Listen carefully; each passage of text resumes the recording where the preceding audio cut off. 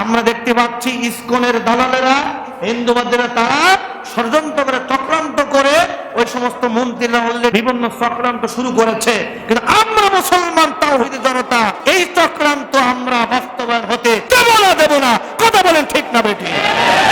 কিন্তু একটি কথা, রাষ্ট্রীয়ভাবে তওবা করতে হবে, সরকারকে তওবা করতে হবে, যারা ক্ষমতাসীন যারা আছে বড় বড় চেয়ার তাদেরকেও তওবা করতে হবে। জনগণের উপরে, দেশের উপরে, আলেম ওলামার উপরে যত নির্যাতন হয়েছে, জুলুম হয়েছে, এই জুলুমের উপরে, নির্যাতনের উপরে তওবা করতে হবে। আলেমদেরকে মুক্তি দিয়েছেন, দিচ্ছেন, দিবেন, ধন্যবাদ দিব, কিন্তু তওবা করতে হবে। শাসক গোষ্ঠী যদি তওবা না করে ওই জমিনে বৃষ্টি আশা করা যায়।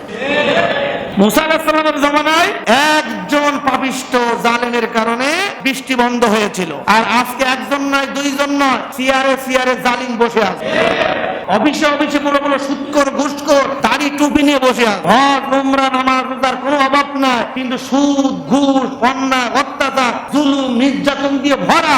বৃষ্টি আসবে কেমনে? ফাইকুল হাদিস আল্লামা আজিজুল হক রহমাতুল্লাহি আলাইহির ছেলে ফাইকুল হাদিস মামুনুল হক জামিয়া রহমানিয়া মোহাম্মদপুরের তিনি অন্যতম প্রধান মুহাদ্দিস ফাইকুল হাদিস। এই যে এত বছর জেল খাটলো, কি কারণে খাটলো জনগণ আপনারা কম বেশি জানেন, এ ব্যাপারে আমি কথা বলতে চাই না, কিন্তু আলেমদের সম্মান মর্যাদা দিয়েছেন তিনি কে? অতীতে যে আলেমদেরকে কষ্ট দেওয়া হয়েছে, অনেক আলেম তো মুক্তিই পায় না, জেল থেকেই তারা দুনিয়া ছেড়ে চলে গিয়েছে। এভাবেও মানুষের ইচ্ছা ছিল তারাও একদিন মুক্তি পাবে, তারাও একদিন জমিনে ফিরে আসবে, কিন্তু সেই আশা হলো না। কোরআনের সেই পাখি তিনি চলে গেলেন। আজকে আলেমরা মুক্তি পাচ্ছে, ভালো খবর, কিন্তু আলেমদের মুক্তি দিয়ে পিছনের অপরাধকে বন্ধ করা যাবে না। আল্লাহর কাছে তওবা করুন, আমরা কারো শত্রু না, আমরা চাই ইসলামের দিকে ফিরে আসেন। কথা বলেন ঠিক না বেটি? আপনারা লক্ষ্য করেছেন বাংলাদেশে অমুসলিম যারা, হিন্দুবাদী যারা, তারা চাচ্ছে পবিত্র জুমার দিনকে অফিস আদালত এবং স্কুল, কলেজ, মাদ্রাসার ক্লাস চালু রাখতে, আর শনিবার রবিবার বন্ধ রাখতে। এই খবর কি আপনারা পেয়েছেন? আপনাদের মনে আছে কয়েক বছর আগে জুমার দিন এরকম বিভিন্ন খোলা রাখা হয়েছিল, জুমার নামাজের বিভিন্ন কষ্ট হইতো। কথা বলেন ঠিক না বেটি? শ্রমিকরা গোসল করে উযু করে আসতে আসতে জুমার নামাজ শেষ। পবিত্র জুমার দিন মুসলিম উম্মার সবচাইতে তাৎপর্যপূর্ণ, গুরুত্বপূর্ণ দিন। এই জুমাকে কেন্দ্র করে আল্লাহ একটা সূরা নাযিল করেছেন, সূরাতুল জুমআ। আল্লাহ তাআলা বলেছেন, ইয়া আইয়ুহাল্লাযীনা আমানু, হে দেশের ঈমানদারেরা, ইযা নুদিয়া লিস-সালাহ মিন ইয়াউমিল জুমআ ফাসআউ ইলা যিকরিল্লাহ, জুমার আযান হতে দেরি সব বন্ধ তোমরা করে দাও, বন্ধ করে ইলা যিকরিল্লাহ, আল্লাহর জিকিরের জন্য তোমরা দৌড়াও। আদেশটা কার? আমরা দেখতে পাচ্ছি ইসকনের দালালেরা, হিন্দুবাদীরা তারা ষড়যন্ত্র করে চক্রান্ত করে ওই সমস্ত মন্ত্রীরা অলরেডি কথা বলা শুরু করেছে। তাদের টার্গেট হলো পবিত্র জুমার দিন স্কুল, কলেজ, মাদ্রাসা, ভার্সিটি, বিশ্ববিদ্যালয়, অফিস আদালত তারা চালু রাখতে চায়, খুলে রাখতে চায়, যাতে করে এই দেশের ধর্মপ্রাণ মুসলমান যেন এই যে ইসলামী সংস্কৃতি থেকে যেন বের হয়ে যায়, জুমার নামাজটাও যেন ঠিক মতন পড়তে না পারে। বিভিন্ন চক্রান্ত শুরু করেছে, কিন্তু আমরা মুসলমান তাওহীদি জনতা এই চক্রান্ত আমরা বাস্তবায়ন হতে দেব না। কথা বলেন ঠিক না বেটি? সতর্ক থাকতে হবে।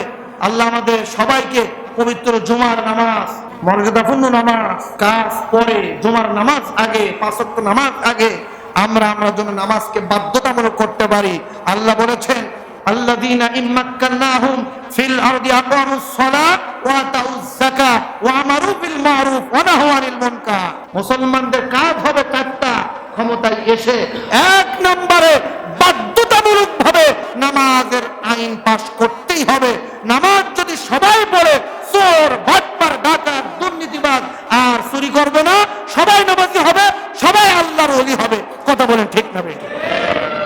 আল্লাহ সবাইকে বুঝার তৌফিক দান করেন, জোরে বলেন আমিন। আমরা দেশের সরকার সহ আমরা সবাইকে ধন্যবাদ দেই, কিন্তু ধন্যবাদ দেওয়ার আগে আপনাদেরকেও তওবা করতে হবে। সারা দেশের ধর্মপ্রাণ মুসলমান নামাজিরা তওবা করেছে, নামাজ পড়েছে বৃষ্টির জন্য। কথা বলেন ঠিক না বেটি? আলহামদুলিল্লাহ, আল্লাহর রহমত থেকে আমরা নিরাশ হই নাই। আল্লাহ বলেছেন, লা তাকনাতু মির রাহমাতিল্লাহ, নিরাশ হও না, হতাশা হও না, ওই আল্লাহই আমাদেরকে রহমতের বৃষ্টি দান করেছে, করবেন, বলেন ইনশাআল্লাহ। কিন্তু একটি কথা, রাষ্ট্রীয়ভাবে তওবা করতে হবে, সরকারকে তওবা করতে হবে, যারা ক্ষমতাসীন যারা আছে বড় বড় চেয়ার তাদেরকেও তওবা করতে হবে। জনগণের উপরে, দেশের উপরে, আলেম ওলামার উপরে যত নির্যাতন হয়েছে, জুলুম হয়েছে, এই জুলুমের উপরে, নির্যাতনের উপরে তওবা করতে হবে।